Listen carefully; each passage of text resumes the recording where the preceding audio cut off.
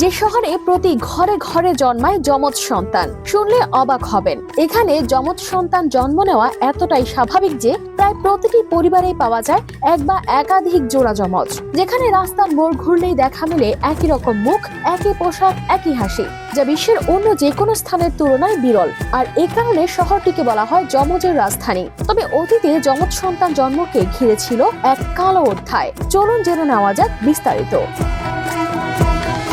নাইজেরিয়ার দক্ষিণ পশ্চিমে লাগোস শহর থেকে প্রায় 100 কিলোমিটার দূরে অবস্থিত ছোট্ট শহর ইগবোওরা। এই শহরের সবচেয়ে বড় বিষয় হলো এখানে যমজ সন্তান জন্ম নেওয়া যেন একদম স্বাভাবিক বিষয়। একই পরিবারের মধ্যে শুধু একটি নয়, অনেক সময় দেখা যায় একাধিক জোড়া যমজ ভাই বোন। কেউ শিশু, কেউ তরুণ, আবার কেউ প্রবীণ। সব বয়সেই যমজদের দেখা মেলে।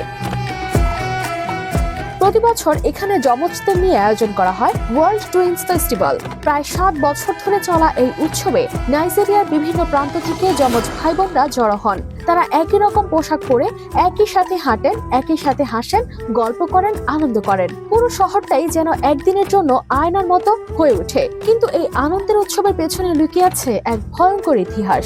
একসময় নাইজেরিয়ার কিছু অঞ্চলে যমজ সন্তান জন্ম নেওয়াকে মনে করা হতো অশুভ লক্ষণ। মানুষ বিশ্বাস করত যমজ সন্তান মানেই অভিশাপ। আর এই ভুল বিশ্বাসের কারণে অনেক জায়গায় যমজ শিশুদের জঙ্গলে ফেলে দেওয়া হতো, আবার কখনো কখনো তাদের মেরে ফেলাও হতো।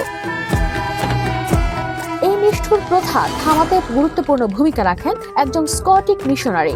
19 শতকে তিনি সাহস করে মানুষের সামনে দাঁড়িয়ে বলতে শুরু করেন, যমজ সন্তানের মধ্যে কোনো অশুভতা নেই, ওরাও অন্য সব শিশুর মতোই আদরের, ভালোবাসার মতো যোগ্য।